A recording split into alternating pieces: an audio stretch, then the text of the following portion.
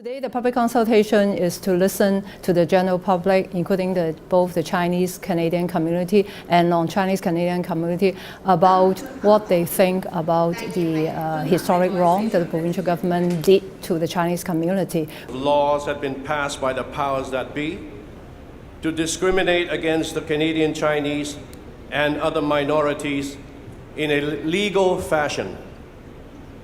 Thorough researches had been carried out to point out these mistakes. With what words are we asking an apology for? Admit these historical mistakes accordingly to right the wrong. My own involvement in terms of the interest of this area goes back more than 37 years, way back when we published a curriculum on the history of racial discrimination against the Chinese community.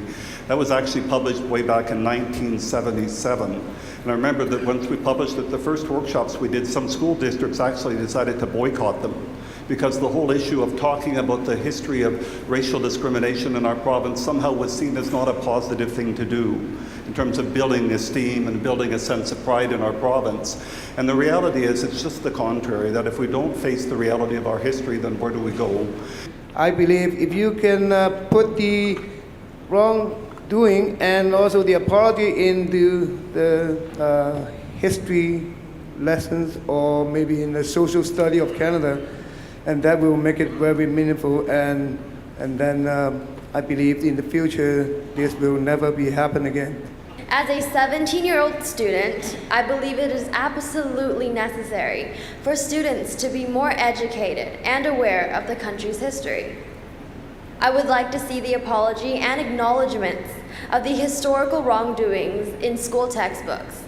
I would also like to see stories of the discrimination and the stories of experiences that our Chinese ancestors went through. We felt that it's important to have a very robust communication plan so that it could be incorporated in not only the current textbook for the young generation to understand the facts and setting it right, but also to educate all the people at large, including in the immigration education material that we could provide, so that we can let people know about what the government has done and to set the facts right. I was one of, including the present First Lady of Alberta, Mary Lee, graduated in the accounting.